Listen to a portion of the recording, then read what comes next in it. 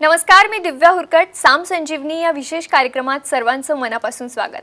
पीसीओडीसाठी विवाहापूर्वी पंचकर्माचे महत्त्व या विषयावर आज आपण चर्चा करणार आहोत आणि आपल्याला मार्गदर्शन करणार आहेत श्री माऊली विश्व आयुर्वेदचे वैद्य विनेश चंद्रकांत नगरे सर.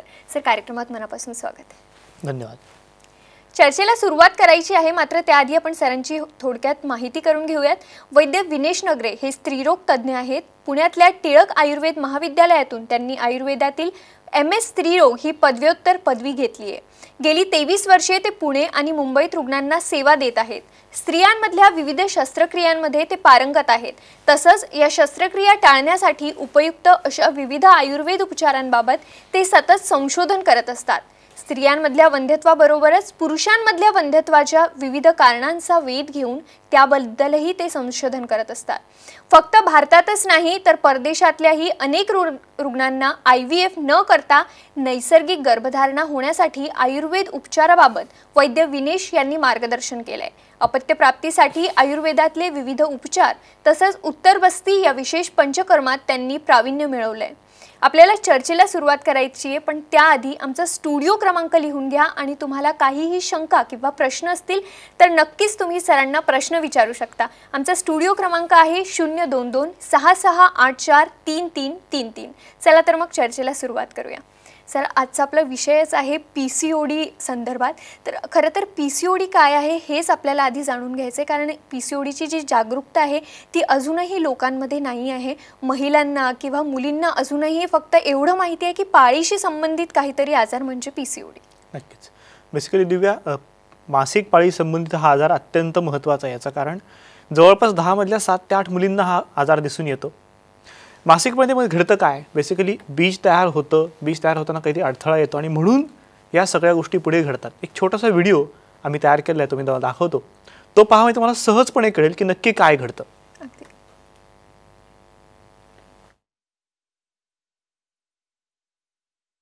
पॉलिसिस्टिक ओव्हरी सिंड्रोम हा स्त्रियांच्या प्रजनन संस्थेशी निगडीत अंतःस्रावांचा आजार आहे.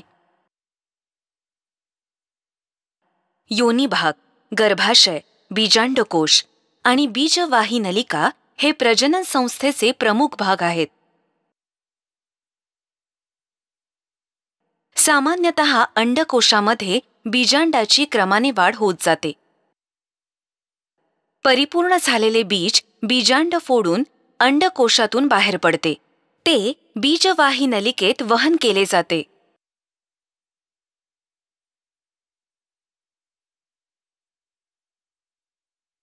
PCOS मध्ये मात्र बीजांडाची पूर्ण वाढ होऊ शकत नाही.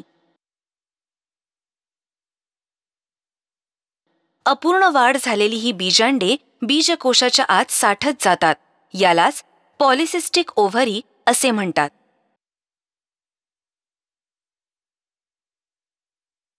स्त्रियांच्या बीजांडकोशाशी संबंधित असा हा आजार आहे. होतं काय, बेसिकली स्त्रीत्व टिकणं म्हणजे काय, तर मासिक पाळी नियमित असणं. जर बीजांडकोशात बीजाची निर्मिती नीट झाली नाही तर ते चक्र तुटतं आणि मग स्त्रीत्वावर परिणाम होतो. फक्त स्त्रीत्वावर परिणाम म्हणजे कुठल्या कुठल्या गोष्टींवर, स्त्री म्हणून ज्या काही गोष्टी मिळाल्या त्या सगळ्या गोष्टींवर. म्हणजे स्त्री प्रजननासाठी निर्माण झालेली आहे, मग स्त्रीच्या सौंदर्य समस्या, स्त्रीच्या प्रजननाच्या समस्या सगळ्या सुरू होतात. आणि म्हणून PCOD या आजारावर जे मुलींनी बेसिकली विवाहाच्या आधीच नीट लक्षपूर्वक जर उपचार केले तर विवाहानंतर ज्या काही गोष्टी तुम्हाला आवश्यक आहेत, वा वैवाहिक संबंध असतील, वैवाहिक आयुष्य आनंदाने जगणं असेल, अपत्यप्राप्ती असेल, ह्या सगळ्या गोष्टींमध्ये कुठेही अडचण निर्माण होत नाही. जर आधीपासून जागे झालात आणि नीट उपचार केले तर नक्कीच फायदा होऊ शकतो. अगदी सर, PCOD नेमकं काय आहे हे तुम्ही समजून सांगितलं, मात्र याची काय लक्षणं असतात, कसं ओळखावं की महिलांना किंवा मुलींमध्ये हे PCOD झालेलं आहे? निश्चित. बेसिकली पॉलिसिस्टिक ओव्हरी आहे कशातनं कळतं. सगळ्यात पहिलं आपण बघितलं की बीजांडकोशावर परिणाम झालेला असतो. बीज निर्मिती होत नाही. बीज निर्मिती नसेल तर मासिक पाळी येत नाही किंवा मासिक पाळीवर परिणाम होतो. आता परिणाम कशा प्रकारे, एक तर अनियमितता कुठे सापडते, किती दिवसात पाळी येते. 28 दिवसांनी पाळी नॉर्मली येते, प्लस किंवा -3 पण चालतं. 25 दिवसात पाळी, 31 दिवसात पाळी नॉर्मल आहे, पण ती सातत्याने आली पाहिजे. पण तीच पाळी 35 दिवस, 40 दिवस, 2 महिने, 3 महिने, 6 महिने औषध घेतल्याशिवाय पाळी येत नाही असं असेल तर निश्चितपणे पॉलिसिस्टिक ओव्हरी आहे. किंवा ती अलीकडे देखील येते, 15-15, 20-20 दिवसांनी येते अशा वेळी देखील पॉलिसिस्टिक ओव्हरी आहे. दुसरी गोष्ट, स्त्रावावर परिणाम होतो. जे रक्त वाहतं ते काही मुलींना अजिबात वाहत नाही. म्हणजे एखादं पॅड घेतलं तर स्पॉटिंग फक्त होतं आणि पाळी आली असं वाटतं. नेक्स्ट मंथ परत तेच, नेक्स्ट मंथ परत तेच. दुसरा प्रकार, अजिबात स्त्राव न होणारा असेल तर त्याच्या पलीकडे भरपूर स्त्राव होणे. म्हणजे पहिल्या दिवशी 2 ते 3 पॅड, दुसऱ्या दिवशी 2 पॅड, तिसऱ्या दिवशी एखादं पॅड, असं कमी जास्त होतं. पण या मुलींना स्त्राव 8-8, 9-9 पॅड, 6-6, 7-7 दिवस, 8 दिवस, 9 दिवस पाळी राहते. बऱ्याच मुलींना असं असतं की औषध घेतल्यावर पाळी येते आणि औषध घेतलं तरच थांबते, अन्यथा थांबत नाही. अशा मुलींना पॉलिसिस्टिक ओव्हरी असण्याची शक्यता जास्त असते. दुसरी गोष्ट, त्वचेवर परिणाम होतो. कारण स्त्रीत्वावर परिणाम झाला की स्त्रीच्या सौंदर्यावर परिणाम होतो आणि त्यामुळे त्वचा काळवंडते, उजळपणा कमी होतो. मग तो उजळपणा कदाचित चेहऱ्यावरचा गेला असेल, मानेवरचा गेला असेल, बरेचशा खाली पण एक काळपट लाईन निर्माण होते, अशा गोष्टी येऊ शकतात. तिसरी गोष्ट, पिंपल्स आणि मुरमे. बऱ्याचदा मुली तरुण झाल्यात म्हणून पिंपल्स आपण असं म्हणतो, पण तात्कालिक पिंपल आले परत गेले तर ठीक आहेत. पण हे पिंपल आले त्यांनी गेलेच नाहीत, तसेच राहत आहेत, तर मात्र पॉलिसिस्टिक ओव्हरी आहे हे गृहीत धरा. पिंपल्सच्या पलीकडे जाऊन अजून काय होऊ शकतं? नुसते पिंपल येत नाही तर काही मुलींना बेंड येतात. मग ते स्तनांवर येऊ शकतात, मांडीवर येऊ शकतात, बटक्सवर येऊ शकतात, योनी भागाच्या जवळ येऊ शकतात. पिंपल्स येणं, बेंड येणं हे त्वचेचं एक विकाराचं लक्षण आहे, जे हार्मोन अतिरिक्त प्रमाणात बिघडले तर होतं आणि त्यामुळे हे लक्षण अतिशय प्राईम आहे. त्याच्या पुढचं लक्षण आहे ते म्हणजे वाढता वाढता वाढे, सतत वजन वाढत राहतं. मुली सांगतात, डॉक्टर मी खाणं कमी केलं आहे, सगळे पथ्य पाळते, पण तरीही वजन वाढतच चाललं आहे. ह्याचं कारण 1-2 गोष्टी करून होत नाही, संपूर्ण शिस्त पाळायला लागते. ती पाळलेली नसेल तर सातत्याने वजन वाढत राहतं आणि ह्या वजनावर नियंत्रण ठेवणं कठीण जातं. त्याच्या पुढचं लक्षण म्हणजे सुंदर, लांबसडक, चमकदार केस म्हणजे स्त्रीत्व. पण हे छान केस तुटतात, गळतात, दुभंगतात, पांढरे व्हायला लागतात. मुली सांगतात, डॉक्टर टक्कल पडते कशी भीती वाटते, इतके केस गळतात. त्याच्या पुढचं लक्षण म्हणजे पुरुषांप्रमाणे स्त्रियांना अनावश्यक केसांची लव दिसायला लागते. मग ती ओठ, हनुवटी, खांदे, पोट, छातीवर देखील दिसायला लागते आणि ही लव जास्त प्रमाणात दिसायला लागते. आणि सगळ्यात शेवटचं लक्षण म्हणजे चिडचिड, कंटाळा, नैराश्य. छान आनंदी, हसती खेळती मुलगी कधी रागवेल सांगता येत नाही, कधी एकदम कंटाळा होऊन साईडला बसेल, निराशा येईल हे सांगता येत नाही, मूड स्विंग्स व्हायला लागतात. ही सर्व लक्षणांपैकी काही लक्षणं तुमच्या मुलीला असतील तर निश्चितपणे पॉलिसिस्टिक ओव्हरी आहे हे लक्षात ठेवा. प्रमाण कमी जास्त असू शकतं, पण पॉलिसिस्टिक ओव्हरी असेल तर त्याचं योग्य उपचार करणं, वेळेत करणं खूप गरजेचं असतं. अगदी सर, योग्य उपचार करणं, वेळेत करणं गरजेचं असतं. आणि जसं आजचा विषयच आहे की विवाहापूर्वी पंचकर्म का करायचं, तर नेमकं PCODसाठी विवाहापूर्वी पंचकर्म केल्याने काय फायदा होऊ शकतो आणि काय महत्त्व त्याचं आहे? निश्चितच एक उदाहरण मी मुद्दाम सांगतो, म्हणजे तुम्हाला लक्षात येईल की किती महत्त्वाचं असतं. साधारणपणे 6 वर्षापूर्वी माझ्याकडे एक साधारणपणे 47-50 वयाची स्त्री आली आणि म्हणाली, मला पॉलिसिस्टिक ओव्हरीच्या एका पेशंटबद्दल डिस्कस करायचं आहे. म्हटलं, पेशंटबद्दल डिस्कस? पेशंट कुठे आहे? पेशंट अमेरिकेत आहे. म्हटलं, मग अमेरिकेतल्या पेशंटचं तुम्ही का डिस्कस करताय? नाही म्हणे, माझ्या मुलासाठी ती मी सून म्हणून पाहिलेली आहे, त्या दोघांचं प्रेम जुळलं आहे अमेरिकेत, पण तिला पॉलिसिस्टिक ओव्हरी आहे, चेहऱ्यावर पिंपल्स आहेत, वजन थोडं वाढलेलं आहे, आणि मग हे लग्न करावं की नाही? म्हणलं, तरी काळजी कशाला करताय? पॉलिसिस्टिक ओव्हरी काय फार मोठा आजार नाही आहे. लक्षपूर्वक जर त्याची ट्रीटमेंट केली, उत्तम दिनचर्या बाळगली, उत्तम शिस्त पाळली, उत्तम व्यायाम केला तर निश्चितपणे हा कमी होऊ शकतो. तुमची सून ही तुमच्या मुलाला एकत्र प्रेमामुळे मिळालेली आहे, त्यांचे स्वभाव जुळलेले आहेत आणि लग्नामध्ये तेच महत्त्वाचं असतं ना. बाकी शरीराचे प्रॉब्लेम सोडवता येतात. ते म्हटलं, मग तुम्ही ट्रीटमेंट कराल का? हो. फोनवरून आमच्या डॉक्टरांनी त्यांची जवळपास 1.5 तास संपूर्ण केस घेतली. अगदी काय खातात, कधी खातात, अमेरिकेत सगळ्या सवयी वेगळ्या असतात, तर सगळ्या सवयी, खाणं पिणं, राहणं, झोपणं, उठणं सगळं लिहून घेतलं. त्यांचे काही रिपोर्ट झाले होते ते करून घेतले आणि मग ते सगळे रिपोर्ट बघून त्या पेशंटशी मी ऑनलाईन बोललो. हे तुम्हाला 6 वर्षापूर्वी सांगतोय. करोनामध्ये बऱ्याच जणांना दिसलं की ऑनलाईन कन्सल्टेशन हळूहळू डेव्हलप झालं आहे. आमच्याकडे ही सिस्टीम 6 वर्षापासून ऑलरेडी डेव्हलप्ड आहे. त्या मुलीशी बोलल्यानंतर ती खूप डिप्रेशनमध्ये गेली की सासूबाई तुम्हाला कशा भेटल्या, आणि माझं लग्न अजून व्हायचं आहे, त्याच्या आधीच ते भेटल्यानंतर मग लग्न होईल की नाही? काळजी करू नकोस, हे काही फार मोठी गोष्ट नाही. पॉलिसिस्टिक ओव्हरी नीट लक्षपूर्वक ट्रीटमेंट केली तर सहजपणे सुटतो, त्याला फार काळजी करायची गरज नाही. ती तयार झाली, आम्ही ट्रीटमेंटचा पूर्ण प्लॅन ठरवला आणि तिला दर 2 महिन्यांनी औषधं पुण्यातनं अमेरिकेत पाठवायला लागलो. साधारणपणे 6 महिन्यात तिचे सगळे पिंपल्स गेले. त्याच्यानंतर 8व्या महिन्यात तिने लग्न केलं आणि त्यांना लवकर मूल हवं होतं, कारण मुलीचं वय 28 होतं. साधारणपणे वर्षभरात तिला प्रेग्नन्सी राहिली पण. आणि हे सगळं का झालं तर त्यांनी लक्षपूर्वक आधीपासून उपचार सुरू केले म्हणून. तर तसंच पुढे गेले असते तर कदाचित मग घरात विसंवाद झाला असता, सासूला काहीतरी वेगळं वाटलं असतं. त्यामुळे विवाहापूर्वी हे लक्ष ठेवणं फार गरजेचं आहे. पंचकर्म का गरजेचं आहे? पंचकर्म लवकर शोधन होऊ शकतं. ती मुलगी अमेरिकेत होती, तिथं आम्हाला काही करणं शक्य नव्हतं, पण पुण्यात, मुंबईत, तुम्ही भारतात कुठेही असाल तर पंचकर्म शक्य आहे. पंचकर्म का करायचं? पॉलिसिस्टिक ओव्हरी हा बीजाचा आजार आहे. असं म्हणतात, शुद्ध बीजापोटी फळे रसाळ गोमटी. उत्तम बीज असेल तर होणारं बाळ हे अत्यंत सुदृढ निरोगी असणार आहे. आणि म्हणून हे बीजावर जो परिणाम झाला आहे, ज्याच्यामुळे पॉलिसिस्टिक ओव्हरी निर्माण झालं आहे, त्या बीजाची उत्तम वाढ होणं, निरोगी वाढ होणं हे अत्यंत गरजेचं असेल. त्यासाठी पंचकर्माची गरज असते. त्याबरोबरच नुसतं बीज महत्त्वाचं आहे का? तर नाही. प्रजनन होताना बीज निर्माण होतं, पण संपूर्ण शरीरातनं ते बीज पुढे येतं.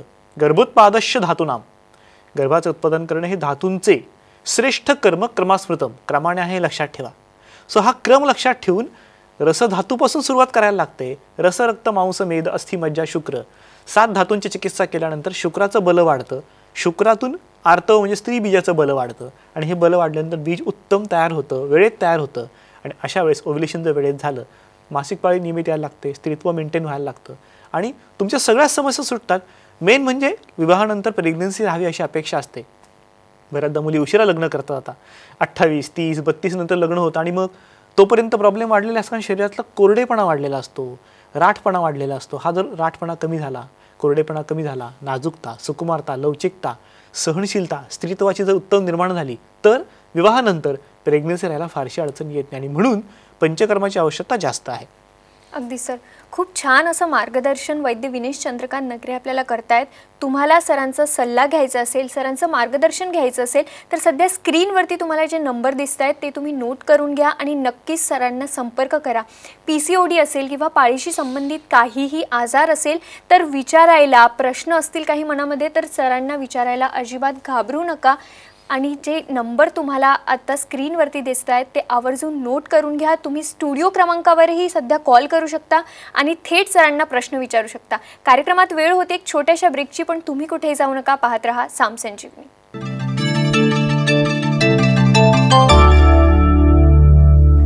ब्रेकनंतर साम संजीवनीमध्ये तुम्हा सगळ्यांचं पुन्हा एकदा स्वागत. PCODसाठी विवाहापूर्वी पंचकर्माचे महत्त्व या विषयावर आज आपण चर्चा करतोय आणि आपल्याला मार्गदर्शन करतायत वैद्य विनेश चंद्रकांत नगरे सर. आपल्याला चर्चेकडे पुन्हा वळायचं आहे, मात्र त्याआधी कार्यक्रमात एक फोन आलेला आहे, तो आपण घेऊ. नंदिनी आहेत सायनवरून. नंदिनी, तुमचा प्रश्न विचारा. नंदिनी, माझा आवाज पोहोचतोय तुमच्यापर्यंत? हॅलो. हा नंदिनी, तुमचा प्रश्न विचारा. हा, मला 2 वर्ष रेग्युलर पाळी येते. हॅलो. हा हा, आवाज येतोय, तुम्ही सलग बोला. मला 2 वर्ष रेग्युलर पाळी येते आणि फॉलिकल्स पण बरोबर वाढत आहेत, पण प्रेग्नन्सी राहत नाही आणि सगळ्या टेस्ट नॉर्मल आहेत आणि मिस्टरांच्या पण सगळ्या टेस्ट नॉर्मल आहेत. अच्छा, ठीक आहे, सांगतो. बेसिकली नंदिनीताई, रिपोर्ट सगळे नॉर्मल आहेत, फॉलिक्युलर स्टडी नॉर्मल आहे असं म्हणत असताना बरेचदा असं असतं की औषध दिल्यानंतर फॉलिकल डेव्हलप होतं आहे. औषध दिलं नाही आणि फॉलिकल डेव्हलप झालं आहे का असं सलग 3 महिने पाहिलं पाहिजे. कारण औषध दिल्यानंतर ओव्ह्युलेशन होत असेल तर साधारणपणे 1 किंवा 2 महिने त्याचा इफेक्ट टिकतो, पण त्याच्यानंतर तो निघून जातो. अशा वेळेस नैसर्गिकपणे फॉलिकल डेव्हलप होतं का तर बघायला पाहिजे. तुम्ही सांगितलं 2 वर्षापासून तुमची पाळी रेग्युलर आहे, याचा अर्थ त्याच्या आधी इरेग्युलर होती. मग औषध घेऊन ती रेग्युलर झाली आहे का? औषध घेतल्यामुळे ती रेग्युलर दिसतीये का? दिसणारं रूप आणि खरं असणारं रूप ह्या 2 गोष्टी वेगळ्या पाहायला लागतात.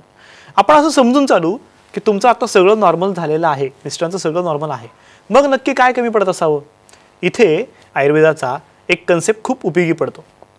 आयुर्वेदात सांगितलेलं आहे, ऋतू क्षेत्र अंबू बीजानाम सामग्र्यात अंकुरो यथा. ऋतू, क्षेत्र, अंबू आणि बीज यातला क्षेत्र म्हणजे गर्भाशय, बीजवाही नलिका, बीजांडकोश.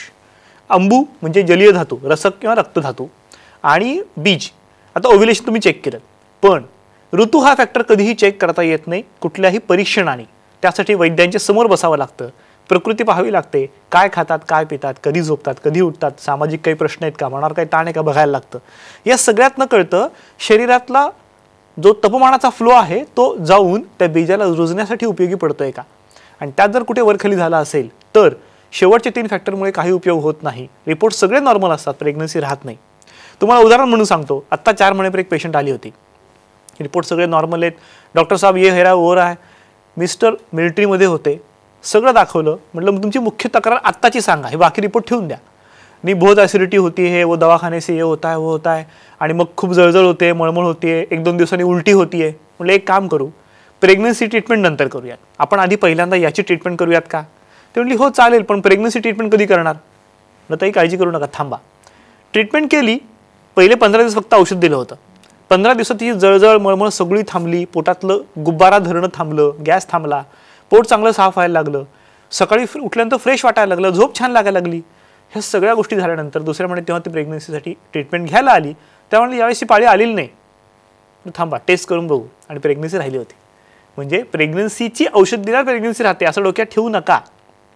स्त्रीचं स्वतःचं स्त्रीत्व टिकताना फक्त तेच महत्त्वाचं नसतं, तर अग्नी महत्त्वाचा असतो. जठर अग्नी, पोटातला अग्नी, धातू अग्नी, धातूंमधला म्हणजे रसरक्त मांसामधला, आणि सगळ्यात शेवटी आर्तवम आग्नेयम स्त्री बीजातला अग्नी. ह्या 3 अग्नींचा विचार करून जर ट्रीटमेंट केली तर कधी कधी ट्रीटमेंट वर्ष करायची गरज नसते. 1 ते 2 महिन्यात देखील रिझल्ट चांगले येतात. पण त्यासाठी त्या प्रकारची चिकित्सा, त्या प्रकारची निदान अत्यंत आवश्यक असतं. मला असं वाटतं नंदिनीताई, तुमचं या प्रकारचं निदान करून घेणं आवश्यक आहे. प्रकृती बघणं आवश्यक आहे. तुम्ही काय खाता, काय पिता, हे सगळं बघणं गरजेचं आहे.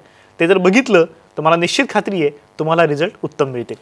अगदी सर, नंदिनीताईच्या प्रश्नाचं निवारण नक्कीच झालं असेल, पण तरीही तुम्हाला सरांची प्रत्यक्ष भेट घ्यायची असेल तर सध्या स्क्रीनवरती तुम्ही संपर्क क्रमांक बघू शकताय आणि पत्ते बघू शकताय. तुम्ही तिथे जाऊन सरांची भेट घेऊ शकता. श्री माऊली विश्व आयुर्वेदचे पत्ते सध्या स्क्रीनवरती फ्लॅश होत आहेत. त्यासोबत संपर्क क्रमांक आहे. सरांची अपॉइंटमेंट घ्या, सरांशी संपर्क साधा आणि नक्कीच तुमच्या काही शंका असतील, प्रश्न असतील, त्याचं निवारण सर थोडक्यात करतील.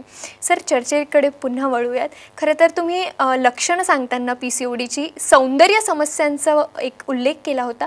तर सौंदर्य समस्यांवर पंचकर्म कशा प्रकारे प्रभावी ठरतो किंवा त्याचा फायदा कशा प्रकारे होतो? बेसिकली पॉलिसिस्टिक ओव्हरीमध्ये होतं काय, दोषांचं सगळं असंतुलन निर्माण होतं. मग त्यामुळे स्त्रीत्वावर उलटा परिणाम होतो. म्हणजे काही हार्मोन इथून निघतात मेंदूपासून, ते जातात बीजांडकोशापर्यंत, काम नीट झालं नाही की ते परत रिटर्न एक सिग्नल मेंदूपर्यंत पाठवतात. हे सगळं चक्र बिघडलेलं असतं. यातनं स्त्रीत्वाचे पिंपल्स येणं, जाडी वाढणं सगळंच वाढतं. मग ह्याच्यावर पंचकर्म अत्यंत उपयोगी ठरतं. सगळ्यात पहिलं असतं वमन. जाडी वाढली आहे, जडपणा वाढला आहे, कफाचे विकार वाढलेत, पिंपल्स वाढलेत, उलटीचं औषध घेऊन तर पण ते कमी करू शकता. रक्तमोक्षण, रक्तमोक्षणाने पिंपल्स जाग्यावर जळवा लावल्या तर नक्कीच लवकर कमी होऊ शकतं. बस्ती असतो, बस्तीमध्ये बेसिकली मात्रा बस्ती आहे. म्हणजे अगदी सोपं सांगू का, मुलीला पाळीमध्ये पोटात दुखतंय, एक मात्रा बस्ती दिला की लगेच पोटात दुखणं थांबतं. शोधन करायचंय, योग बस्ती 8 दिवसांचा केला, सप्त धातू आणि बीज 8 दिवस जर बस्ती केला तर हे सगळं संतुलित होऊन जातं. त्याच्याही पुढे लग्न ठरलंय आणि आता लवकर बरं व्हायचंय तर कालबस्ती 16 दिवसांचा करता येतो, प्रजास्थापन बस्ती 21 दिवसांचा करता येतो. ज्याच्यामध्ये शोधन, शमन आणि बृहण म्हणजे मोकळं करणं, शांत करणं आणि शरीराला ताकद देणं, 3ही गोष्टी सलग 7-7 दिवसांच्या 21 दिवसात पूर्ण करता येतात. सगळ्यात महत्त्वाचं म्हणजे आपण असं बघतो की पॉलिसिस्टिक ओव्हरीमध्ये IT सेक्टरमध्ये असणाऱ्या, बौद्धिक काम करणाऱ्या अशा मुलींना हा पॉलिसिस्टिक ओव्हरी आजार जास्त त्रास देतो. अशा वेळेस डोकं शांत करणं, मानसिक ताण कमी करणं यासाठी शिरोधारा अत्यंत उपयोगी असा उपचार आहे. आणि हा उपचार तुम्ही जर केलात तर तुम्हाला खूप लवकर रिझल्ट मिळतात. मुली सांगतात अचानक रडायला येतंय, बॉसचं प्रेशर येऊन खूप नकोसं झालंय, रात्री झोप लागत नाही, सगळ्या तक्रारी नष्ट होतात. शिरोधारा करून घ्या, तुमची ह्या तक्रारी नक्की कमी होऊ शकतात. सगळ्यात महत्त्वाचं, आम्ही या सौंदर्य समस्यावर पंचकर्म तर करतोच, पण त्याच पलीकडे आमच्या YouTube चॅनलवर आम्ही अनेक व्हिडिओज यासाठी पब्लिश केलेले आहेत. श्री माऊली विश्व आयुर्वेद रिसर्च सेंटर असं आमचं YouTube चॅनल आहे. 12,000च्या पुढे सबस्क्रायबर आहेत. त्याच्यावर आम्ही विविध व्हिडिओ टाकलेले आहेत, ज्यामध्ये अगदी वांग आहे किंवा सुंदर नितळ त्वचेसाठी घरगुती काही उपाय करायचे आहेत, सुंदर केसासाठी काही घरगुती उपाय आहेत. हे सगळे उपाय आम्ही घरगुती उपचार तुम्हाला सांगितलेले आहेत आणि हे तुम्ही नक्की पाहू शकता. वांगचा व्हिडिओ तर आमचा जवळपास आता 1 लाख व्ह्यूपर्यंत पोहोचेल. तुम्हाला घरगुती उपाय करायचे असतील ना तर हे व्हिडिओ नक्की पहा. त्या व्यतिरिक्त पंचकर्माचं करून घ्यायचं असेल तर आम्हाला नक्की कॉन्टॅक्ट करा. पुण्यामध्ये आमचं सेंटर साधारणपणे 2000 स्क्वेअर फीटचं सेंटर आहे. 4 फिमेल थेरपिस्ट आमच्याकडे उपलब्ध आहेत, ज्या राऊंड द क्लॉक सकाळी 7:30 ते रात्री 9 पर्यंत उपलब्ध असतात. 2 डॉक्टर्सची टीम सतत ह्याच्यावर वॉच ठेवून असते. तुम्हाला पुण्यात राहून जर पंचकर्म करणं शक्य असेल तर तेही देखील करू शकता. तेही शक्य नसेल तर तुमच्या जवळच्या डॉक्टरांकडे करण्यासाठी पंचकर्म आम्ही सगळं लिहून देतो आणि सतत गाईड करतो. ऑनलाईन आमच्या सर्व चिकित्सा उपलब्ध आहेत. कुरिअरने औषध मगाशी मी सांगितलं अमेरिकेपर्यंत पोहोचतं, भारतात तर कुठेही पोहोचतं. त्यामुळे तुम्ही निश्चितपणे आम्हाला कॉन्टॅक्ट करून संपर्क साधू शकता. अगदी सर, एकदम अंतिम टप्प्यावर आहोत कार्यक्रमाच्या, पण जाता जाता एक महत्त्वाचा प्रश्न म्हणजे गर्भधारणा झाल्यानंतर पंचकर्मातील उपक्रमांचा नैसर्गिक प्रसूतीसाठी कसा उपयोग होतो? निश्चितपणे आता आपण पाहिलं विवाहपूर्व गोष्टींचा विचार करत होतो, पण याच मुली आमच्याकडे विवाहानंतर येतात आणि त्या म्हणतात संपूर्ण उपचार मला आयुर्वेदिक हवा आहे, नॉर्मल डिलिव्हरी याचा प्रयत्न करा, शरीरातला राठपणा कमी झाला आहे. मग अशा वेळेस योनी पिच्छू जर गर्भधारणेमध्ये नियमितपणे केला तर वजायना किंवा योनी भाग हा सॉफ्ट राहतो, त्या भागातले कटी भागातले अस्थी त्याच्यामधले संधी जे असतात ते सॉफ्ट राहतात आणि डिलिव्हरी होताना ते सहजपणे बाजूला होऊन नॉर्मल डिलिव्हरी व्हायला मदत होते. त्याचबरोबर काही पेशंटमध्ये कोरडेपणा खूप जास्त असेल तर दर आठवड्याला अनुवासन बस्ती 20 ते 30 ml तेलाचा बस्ती नियमितपणे घेता येतो. शरीर अतिशय सॉफ्ट राहतं, कटिभाग सॉफ्ट राहतो. त्याचबरोबर संपूर्ण अंगाला अभ्यंग तुम्ही प्रेग्नन्सीमध्ये करू शकता, फक्त शेकायचं नसतं, एवढं लक्षात ठेवा. पूर्ण अंगाला तेल लावायचं, कोमट पाण्याने किंवा गरम पाण्याने आंघोळ करायचं, तेवढं पुरेसं असतं. कटिस्नेहन म्हणजे कटी भागाला तुम्ही तेल लावू शकता, शेकू शकता, पोटाला शेकायचं नसतं. डिलिव्हरी जवळ आली आहे आणि 8वा महिना असेल तर 8व्या महिन्यात निरुह बस्ती म्हणजे काढ्याचा बस्ती करून पोट साफ करून घेतात, त्यानंतर अनुवासन बस्ती दर आठवड्याला देतात. याचा नॉर्मल डिलिव्हरीला खूप चांगला फायदा होतो. इव्हन चुकून समजा तुमची नॉर्मल डिलिव्हरी झाली नाही तरी जेव्हा कळ येते तेव्हा इतर बायकांना जेवढा त्रास होतो कळ येताना तेवढा त्रास या पेशंटला ज्यांनी बस्ती घेतलाय अत्यंत कमी होतं, कारण शरीरामध्ये मऊपणा मृदुता खूप चांगलेली असते, लवचिकपणा आलेला असतो. त्यामुळे बस्ती जर तुम्ही करून घेतलेत तर नॉर्मल डिलिव्हरीला नक्कीच खूप चांगला फायदा होऊ शकतो. अगदी सर, खूप छान असं मार्गदर्शन वैद्य विनेश चंद्रकांत नगरे यांनी आपल्याला केलेलं आहे. तरीही तुम्हाला काही शंका असतील, प्रश्न असतील तर सध्या स्क्रीनवरती जे नंबर तुम्हाला दिसत आहे ते तुम्ही नोट करून घ्या. सरांना नक्की संपर्क करा किंवा सरांचं प्रत्यक्ष मार्गदर्शन तुम्हाला घ्यायचं असेल तर श्री माऊली विश्व आयुर्वेदचे पत्तेही सध्या स्क्रीनवरती फ्लॅश होत आहेत, तिथे तुम्ही सरांना प्रत्यक्ष भेट घेऊ शकता. सर, खूप छान असं मार्गदर्शन तुम्ही केलं, इथे आलात, वेळात वेळ काढून आमच्या प्रेक्षकांना एवढं छान समजवलं, त्यासाठी खूप खूप आभार. धन्यवाद. साम संजीवनीमध्ये आज वेळ झाली इथेच थांबण्याची, मात्र तुम्ही कुठेही जाऊ नका, पाहत रहा साम टीव्ही.